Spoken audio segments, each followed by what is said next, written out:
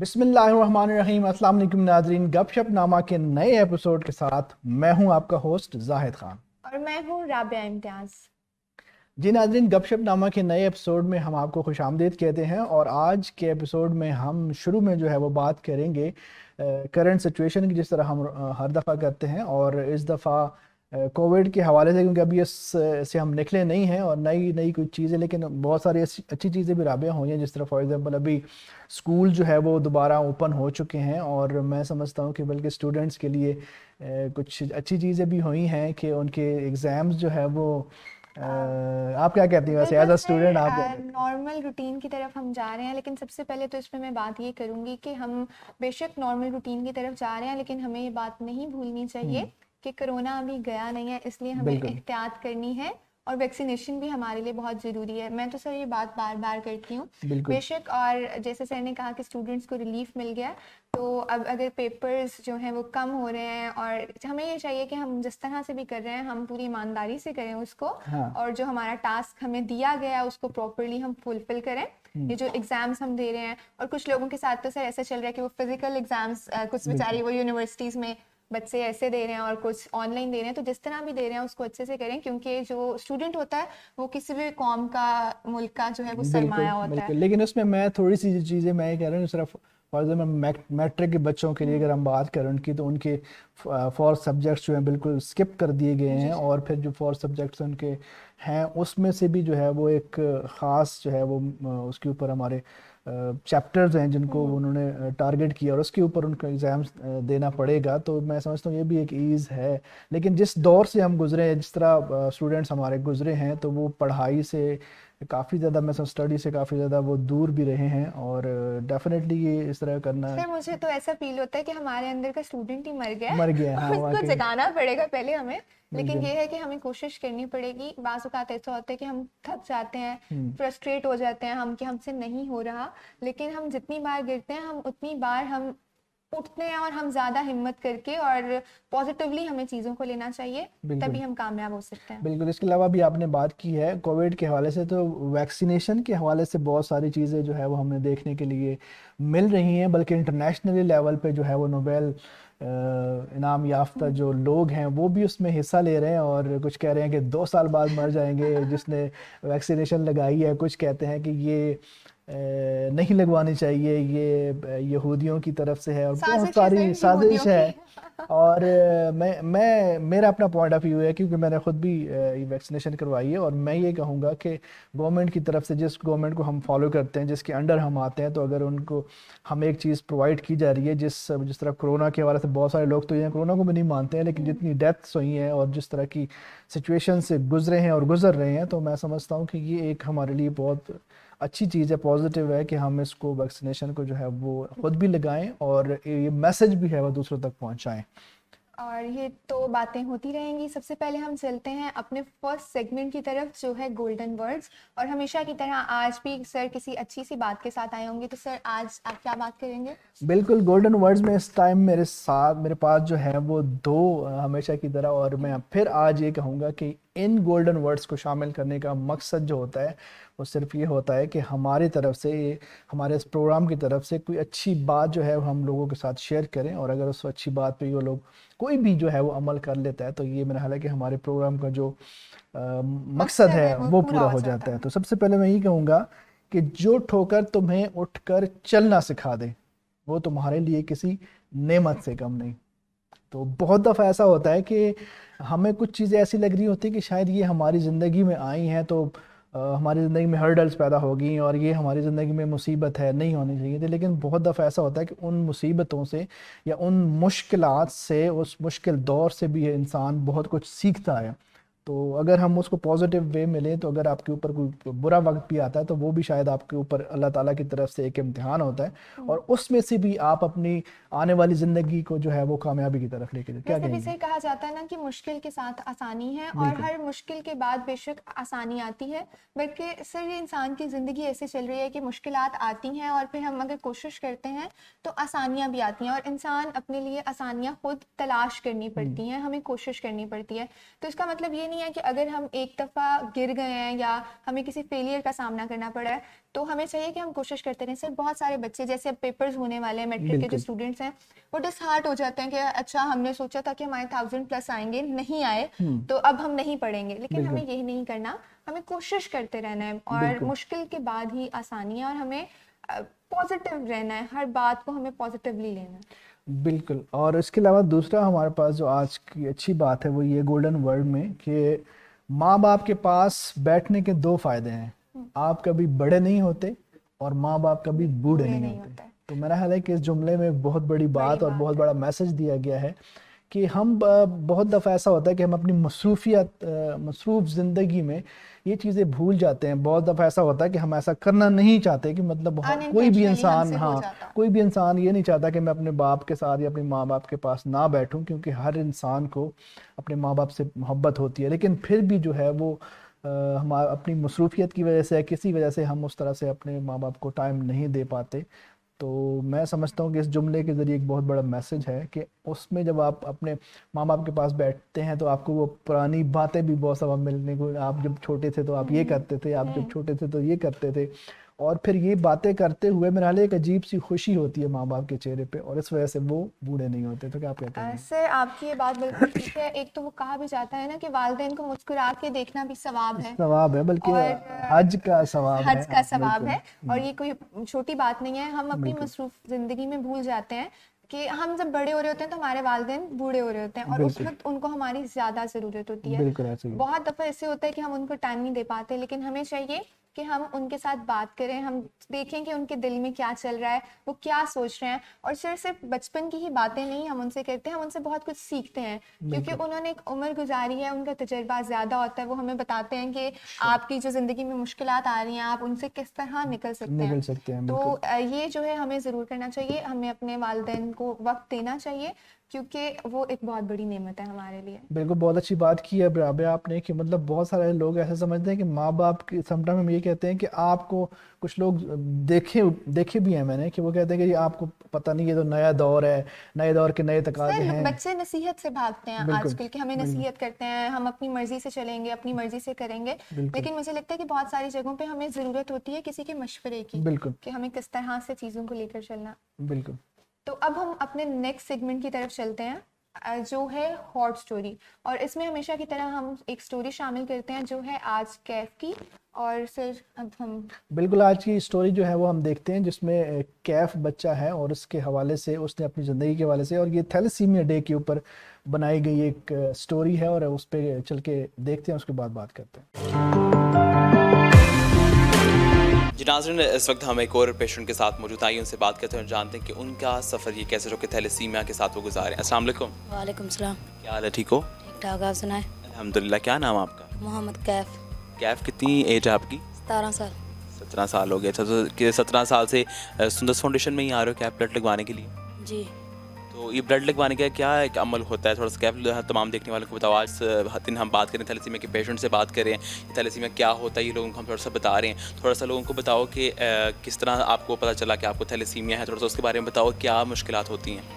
मुझे तो मामा लोगों ने ये बताया कि तुम्हारी तबीयत ख़राब रहती थी, तुम पीले हो जाते थे, बुखार तुम्हें नहीं था जाता आना, और मतलब रोने लग पड़ा था मैं। तो फिर वो टेस्ट करवाए इधर अस्पताल में, सिविल अस्पताल के सामने प्राइवेट अस्पताल है फात, उधर टेस्ट करवाए। वो फिर कराची गए, टेस्ट कराची से होकर आए। मामा लोग कह रहे थे कि फिर तो उन्होंने बताया कि तुम्हें थैलेसीमिया है। फिर हम प्राइवेट लगवाते थे ब्लड, ना प्राइवेट 1 माह बाद लगवाते थे। फिर हमें किसी ने सुंदर फाउंडेशन के बारे में बताया, फिर हम सुंदर फाउंडेशन आए इधर। फिर हमें आस्ता आस्ता पता चला, फिर इन्होंने हमारी हर चीज़ें फ्री की है, है ना, इन्होंने बहुत सपोर्ट हमें दी है। ऐसे हमें सुंदर फाउंडेशन का मैं शुक्रिया अदा करना चाहता हूँ। तो इस दिन हम ये मतलब कि वादा करते हैं उससे कि जो आने वाले मुस्तकबिल है हमारा, जो आने वाली नस्लें हैं, हम उनको ये बता सकें कि हम शादी से पहले टेस्ट करवाना चाहिए, ताकि मज़ीद पाकिस्तान में या दुनिया में कहीं भी थैलेसीमिया के पेशेंट्स ना हों। क्योंकि हम चाहते हैं अगर हम माशरे के तो हमें एक दूसरे के लिए आसानियाँ करनी चाहिए, क्योंकि किसी को भी रोज़ अस्पताल आना ये अच्छा तो नहीं लगता। तो इसलिए मैं चाहूँगा कि क्या पैगाम दोगे लोगों को जो कि मतलब कि नए आपके साथ यंगस्टर्स हैं, जो नए कपल शादियाँ करने जा रहे हैं, या जिनके अभी बच्चे होने वाले, मैं चाहूँगा कि आप खुद भी एक यंगस्टर हो, समझदार हो, क्या पैगाम देना चाहते हैं उनको, क्या करना चाहिए उनको? मैं तो यही पैगाम देना चाहूँगा कि आप शादी के पहले ना एक टेस्ट लाजमी करवाएं, क्योंकि ये सुंदर फाउंडेशन फ्री टेस्ट कर रहा है, वो लाजमी आए, विज़िट भी करें, देखें ये बच्चे कैसे तकलीफ़ से गुजर रहे हैं। और मैं नहीं चाहता कि आपके बच्चे भी ऐसे तकलीफ़ में से गुजरे। प्लीज़ मेरी यही गुजारिश है कि शादी से पहले आप लाजमी एक ना एक टेस्ट करवाएं, लाजमी। बहुत शुक्रिया Kaif, thank you so much आपका। आप लोगों ने देखा कैफ के हवाले से, और ये जो स्टोरी है वो थैलेसीमिया इंटरनेशनल डे के हवाले से भी थी, और कैफ को जो है वो उससे बात हो रही थी मोहित की, और वो अपने ज़िंदगी के बारे में और थैलेसीमिया के बारे में बता रहा था, और आपको बहुत सारे मैसेजेस भी थे, आप उनके ऊपर भी अमल करके इन बच्चों की मदद भी कर सकते हैं।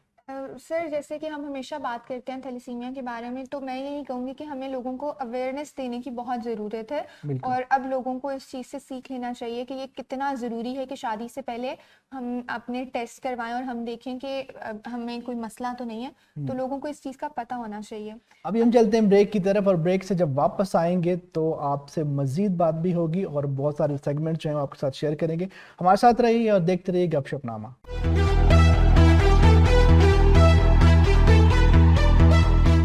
Welcome back after the break. हम बात कर रहे थे कि अब हमारा बहुत ही मेरी पसंद का सेगमेंट जो है वो आने वाला है, जो है वीडियो ऑफ द डे। सबसे पहले वीडियो हम चलाते हैं और फिर उस पर हम बात करेंगे। ਮੰਮੀ ਮੈਨੂੰ ਲੱਗਦਾ ਮੈਂ ਲਾ ਮੈਰਿਜ ਕਰਾ ਲਾ। ਬਹੁਤ ਵਧੀਆ ਵਾ, ਜਿਹੋ ਜੀ ਤੇਰੀ ਬੂਥੀ ਆ ਨਾ, ਮੈਥੋਂ ਰਿਸ਼ਤਾ ਲੱਭਿਆ ਵੀ ਨਹੀਂ ਜਾਣਾ।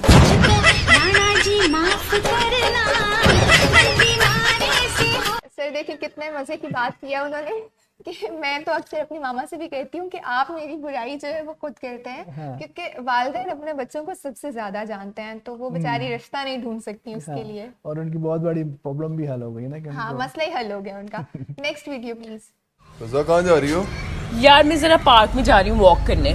वहाँ पे जानवर अलाउ नहीं है। तो मैं आपको लेके भी नहीं जा रही।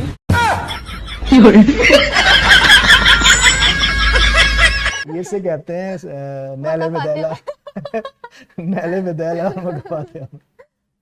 हाँ बिल्कुल, जैसी करनी वैसी भरनी। अगर आप किसी को बुरा भला करेंगे तो आपको खुद ही सुनना पड़ जाएगा। Next video. तेरी फुफ्फो तेरे लिए रिश्ता लेकर आई है, लेकिन मम्मी मैं तो किसी और को पसंद करती हूँ।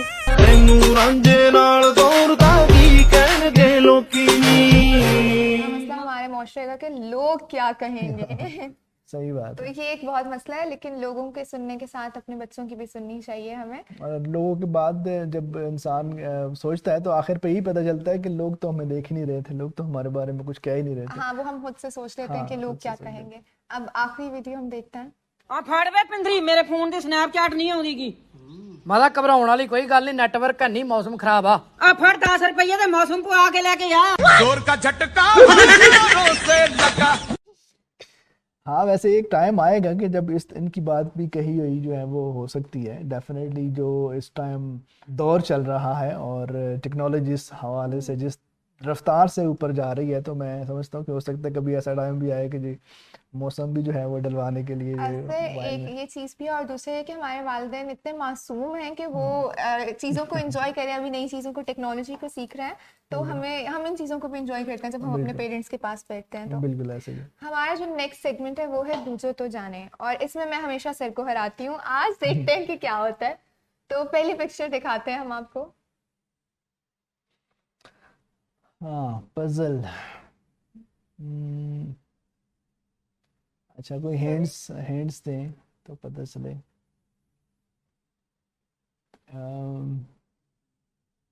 सर फनी कैरेक्टर है एक बहुत, और बहुत फेमस कैरेक्टर है ये। बच्चा इनको तो जानता है।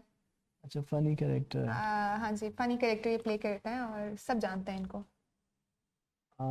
पाकिस्तानी से। मतलब मूवीज में या नहीं सर, ड्रामा। इनका एक बहुत फेमस ड्रामा है जिसको बहुत पसंद करते हैं सब। ओके। बहुत पजल किया हुआ है वैसे ऐसे। चले मतलब सर आप हार गए हैं। ये सर नबील हैं, बुलबुले के नबील। इनको वैसे सब लोग ही जानते हैं, और मेरा अपना बचपन गुजरा है बुलबुले देखने में। बुलबुले, और मैंने उसकी जितनी एपिसोड्स हो गई हैं, जितने सीजन्स आ गए हैं वो तो बल्कि संडे को स्पेशली जो है वो इसका स्पेशल एपिसोड लगता था। हाँ जी। अब हम अपनी नेक्स्ट पिक्चर दिखाते हैं। हाँ, ये कौन है, मतलब क्या, किस, थोड़ा सा जूम अगर जूम हो करें सके। इसको थोड़ा। सर गाने तो आप सुनते होंगे। हाँ, टाइम मिले तो जरूर सुनते हैं। तो फिर आप जरा गेस करें कि ये कौन है। आजकल तो बड़े अच्छे अच्छे ओएसटीज भी मेरा ख्याल गा है रहे कि हैं। ये अली जफर है। बिल्कुल, ये यस, आपने गेस कर लिया। उनकी my God, आईज से मुझे गलत थोड़ा हो सा गया। Next picture please. मैं चाह रही थी आप हार जाएं, लेकिन हाँ, चलें, नहीं मैंने कोई सही नहीं। बताया क्या, इसको भी अगर सर जूम। ये तो सबसे ज्यादा आजकल तो बस इन्हीं की बात की जाती है। शफकत जानी। बिल्कुल, शफकत महमूद जो बच्चों में काफी शफकत करते हैं बच्चों पर। बिल्कुल बिल्कुल, काश हमारे दौर में भी ये होते तो हमें भी। सर लेकिन अब हमारे दौर में तो हैं। अब बहरहाल अब देखते हैं कि यूनिवर्सिटी स्टूडेंट्स पे क्या शफकत करते हैं, और अल्लाह करे कि हमारे पेपर्स में भी थोड़ी नरमी दिखाई जाए, फिर तो हमारे लिए भी ये शफकत जानी ही रहेंगे। सही है, मेरा ख्याल है कि नेक्स्ट ये पिक्चर खत्म हो चुके हैं। देखते हैं सर हम। ओके, सर ये तो मेरा ख्याल है आप दाढ़ी से गेस कर सकेंगे। थोड़ा सा सर आप मुझे क्रिकेट के शौकीन लगते हैं। हाँ, क्रिकेट में बहुत शौक से देखता हूँ, लेकिन आमिर, मोहम्मद आमिर। नहीं नहीं सर, मोहम्मद आमिर नहीं। इंडिया से भी थोड़ा सा इनका वो शुएब शुएब मलिक। शुएब मलिक, हाँ, बल्कि शुएब मलिक आजकल मेरा ख्याल है रमजान ट्रांसमिशन में काफी ज्यादा हाँ जी, उन्होंने काम किया हुआ और है, बहुत बल्कि अच्छा। सुना है कि ये फिल्मों में भी जलवागर हो रहे हैं। अच्छा है कि इनके उन्होंने हवाले थोड़ी से सी अपनी थोड़ी फील्ड सी, को हाँ, चेंज किया है। बिल्कुल, और क्योंकि अभी क्रिकेट में शायद इनकी नहीं चल रहा इतना कोई। सर लेकिन हाँ, जब जिस टाइम पे इनका क्रिकेट में था तो क्रिकेट में भी एक इनका बहुत वो नाम था और बहुत बिल्कुल अच्छा ये खेल बिल्कुल, रहे थे। और सबसे बड़ी बात हमारे सियालकोट से हैं, और बिल्कुल सियालकोट हाँ जी, हमारे सियालकोट से हैं। तो ये इनकी एक बहुत पॉजिटिव, हमारे लिए तो एक बहुत मोटिवेशन है कि बिल्कुल सियालकोट का जो है वो बिल्कुल इतना आगे जाके वो खेल रहे हैं। बिल्कुल। और फिर एक और भी है कि इंडिया से जो है वो वो भाभी लेके सानिया मिर्जा। चले, मेरा ख्याल है कि खत्म हो चुके हैं, और अब हम सर अपने नेक्स्ट सेगमेंट की तरफ अब चलते हैं, और ये हमारा, इससे पहले मैं सोच रही हूँ सर एक ब्रेक ले लेते हैं। हाँ बिल्कुल, मेरा ख्याल है कि इतने गेस करने के बाद एक ब्रेक एक तो ब्रेक बनता थोड़ी है, सी। तो कहीं मत जाइएगा, गपशप नामा में थोड़ी देर में हाजिर होंगे।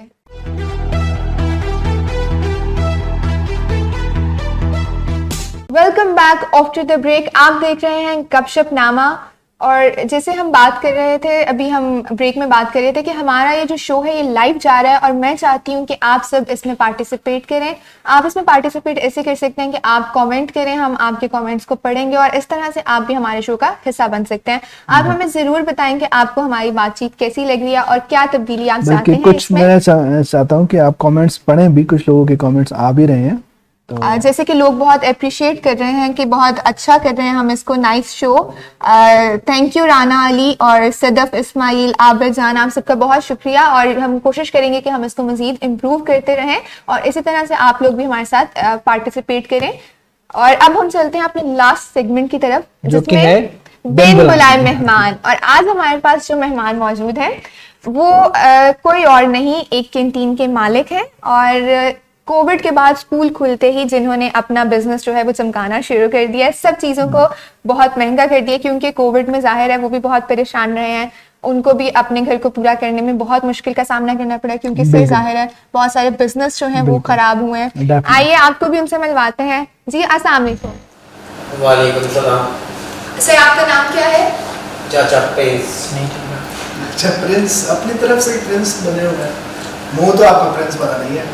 प्रिंस बिस्किट से प्रेस होकर तो नाम नहीं रख लिया।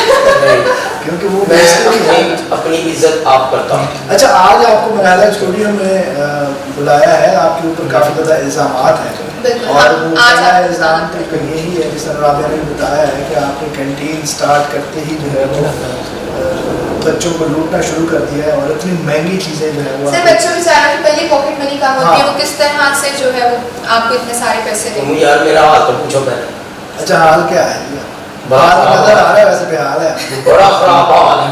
अच्छा, लॉकडाउन लगा, हाँ, लग गया ना, जी। लग गया, उसने लॉकडाउन कर दिया। नहीं तो खत्म भी हो गया ना। तो मेरा तो लॉकडाउन किया ना उसने, पूछो कैसे? कैसे? यार लॉकडाउन लग गया, क्या ना बड़ा चूहो। अच्छा एडा भौंका, अच्छा एडा लंबा चूहो, सारे किसी ने खा गया मैं। अच्छा, जो पड़े हुए थे पहले। टिश्यू सारे टूट गया। अच्छा, मतलब आपके तो काफी नुकसान हो वो गया। बोतलें प्लास्टिक की फाड़ के चला गया। नहीं तो वो पैसे आपने स्टूडेंट में से निकालने जो आपका वो चूहे खा गए तो वो तो आपका नुकसान हो गया, लेकिन अब वो नुकसान आपने बेचारे स्टूडेंट से। तो मैं आपसे कहूँगा आप मुझे दे देंगे? नहीं तो मैं नहीं नहीं देंगे। दूंगा, लेकिन चले नुकसान जो हो गया वो तो हो गया। क्यों हो गया यार नुकसान? को मेरे साथ अफसोस करो, कुछ जेब पन्ने से दो मुझे। अच्छा, मेरा बड़ा नुकसान हुआ है। 1.5 लाख रुपया मैंने ठेके पर दिया किसको? स्कूल के मालिक को। अच्छा, क्योंकि उसने मुझे कंटीन दी 1 साल के लिए 1.5 लाख रुपया लेके। 1.5 लाख रुपया मैं महिमत से उधार लेके आया थी। वो महिमत भी मर गई। उसके बेटे गंजे तेरे पीछे पीछे रह गया। अच्छा। नहीं तो ये भी वैसे बड़ी कलमियाँ है कि जो ठेकेदार होते हैं जो स्कूल वाले वो काफ़ी ज़्यादा पैसे लेते हैं और डेफिनेटली वो फिर उन स्टूडेंट्स की जेब में देखिए सर, बिजनेस वो तो अपना बिजनेस कर लेते हैं और बेचारे चाचा प्रिंस जैसे लोग जो है वो फिर परेशान होते हैं। लेकिन आप एक दफा भाई कुड़ी कहीं ना चाचा प्रिंस क्या है ये कुड़ी करे कुड़ी कुड़ी नहीं मैं कह देता हूँ कुड़ी नहीं कर। आई गेस उनको वो प्रिंस वाली फीलिंग आ रही है, वो इसलिए खुश होना चाह रहे हैं। तो देखिए, आप बच्चों से इतनी महंगी चीजें बेच के आप प्रिंस नहीं बन जाएंगे। आपको चाहिए आप थोड़ा सा उनके साथ ताउन करें। अच्छा, कब से चला रहे हैं स्कूल में कैंटीन? मेरा बड़ा पुराना काम है ये। 10 साल से मैं कंटीन ही चला रहा हूँ। 10 साल से? 10 साल से मैं कंटीन चला रहा हूँ। अच्छा, तो मतलब पिछले जो 8 साल आपने कमाया होगा, 2 साल में अगर आपने थोड़ा सा आपको नुकसान कहाँ कमाया होगा, कहाँ कमाया होगा? वैसे चूहे तो आपकी कैंटीन में जो है वो पहले भी होंगे। बड़े चूहे तो आप चाहिए था ना, आप उनके लिए कोई बंदोबस्त करते, कहाँ से आ गए? अच्छा, हाइजीनिक चीजें आप मतलब नहीं बेच रहे बच्चों को? कौन सी चीजें? साफ सुथरी चीजें आप नहीं बेच रहे? मैं साफ कर करके चमका के देता हूँ बच्चों को। नहीं, ये चूहे लगता है आपने खुद से पाले होंगे। नहीं मुझे तो पता ही नहीं है ये चूहे कहाँ से आ गए हैं। इतना बड़ा स्कूल है, वो स्कूल के आसपास वो सारे वो छप्पड़ है, पता नहीं उधर से निकल आए किधर से निकल आए। जब मैंने कंटीन खोली चूहे। मतलब आपका ये जो दुख है ये हम इसमें शामिल है, लेकिन मैं समझती हूँ कि थोड़ा सा आपको बच्चों के साथ ताउन करना चाहिए और बल्कि थोड़ा सा हमारी हुकूमत को और जो स्कूल के जो अमीर मालिकान हैं उनको भी आपके साथ ताउन बच्चों के साथ मैं क्या ताउन करूँ? मेरी बात सुनो, बच्चे आते आ रहे हैं, एक दिन आते हैं, दूसरे दिन छुट्टी होती है। मैं जो सामान लेके आता हूँ बेचारा पड़ा रहता है, वो खराब हो जाता है, गर्मी में फेंक देता हूँ, फिर नया मैं लेके आता हूँ। बहुत इनके साथ मेरे साथ तो बड़ी जबरदस्त ज्यादती हो रही है ना। एक तरीके से बड़ा चूहा। अच्छा, चूहे को छोड़ दे, वो तो सारे छोड़ दो, मेरा 2.5 लाख खा गया चूहा। अच्छा, आपने मतलब ये सिर्फ ये जंक फूड ही रखे हुए हैं या कुछ ताज़ा जूसेस वगैरह इस तरह की चीज़ें भी आप? नहीं, बड़ा चंगा जूस है जो 20 रुपए का है। नहीं वो तो अच्छा, मतलब डब्बे वाला जूस। हाँ नहीं, वो वैसे फ्रेश जूस है वो फ्रेश जूस। मैंने वो फ्रेश मशीनें तो लगाई हुई नहीं है। वो डब्बे के आ जाते हैं जूस, वो क्या नाम है, वो मैंगो वाले। मैंगो का स्वाद उन्होंने डाला हुआ है उसमें, चंगा है। वो बच्चे पीते हैं, मुझसे लेते हैं 40 रुपए का एक। अच्छा, तो मतलब 20 रुपए का जूस हम 40 में बेच रहे हैं। वो क्या करूँ फिर मैं? वो इतना बड़ा चूहा। अच्छा, चूहे को आप सारा इल्जाम उसी के ऊपर बेचारे मैं क्या करूँ? वो सारा मेरे वो डब्बे खा गए। नहीं, वो चूहे मैं समझता हूँ कि शुरू से ही होंगे। अब आप ही वैसे ही उनका जिक्र कर रहे हैं बात। नहीं, ये जब ये लॉकडाउन लगा है तो स्कूल बंद रहे हैं ना, तो पता नहीं वो कहाँ से आ गए। जब मैंने कंटीन खोली, यकीन करो इतने बड़े लंबे चूहे। जिस तरह की कैंटीन का वो बता रहे थे आपके हवाले से कि जो आपकी कंप्लेंट्स थी, उस हवाले से तो चूहे नहीं होंगे तो वहाँ पे क्या हाथी होंगे? नहीं, जाहिर बात है कुछ ना होगा। तो वहाँ पे इतने बड़े चूहे मेरा नुकसान कर गए साथ। अच्छा, लॉकडाउन में क्या करते रहे? मतलब क्या लॉकडाउन में कुछ भी नहीं मैं करता रहा हूँ, बिल्कुल वेला स्कूल के आगे बैठ जाया करता था रोज आके। दुख मनाने के लिए? दुख इतना दुख कि मैं ध्यान रखता है कि मेरी कंटीन तो अंदर ही है ना, मैं बाहर बैठा हूँ। अच्छा, मतलब और भी बंदा काम कर लेता है, कैंटीन जरूरी नहीं है। कैंटीन में अगर नहीं है तो बंदा और भी रेडी लगा लेता है। ये भी तो काम है ना, ध्यान रखना। मैंने ध्यान रखा हुआ अंदर बैठा। बाकी क्यों आपने और कोई कारोबार शुरू कर देना था जब तक आपका वो कोरोना का?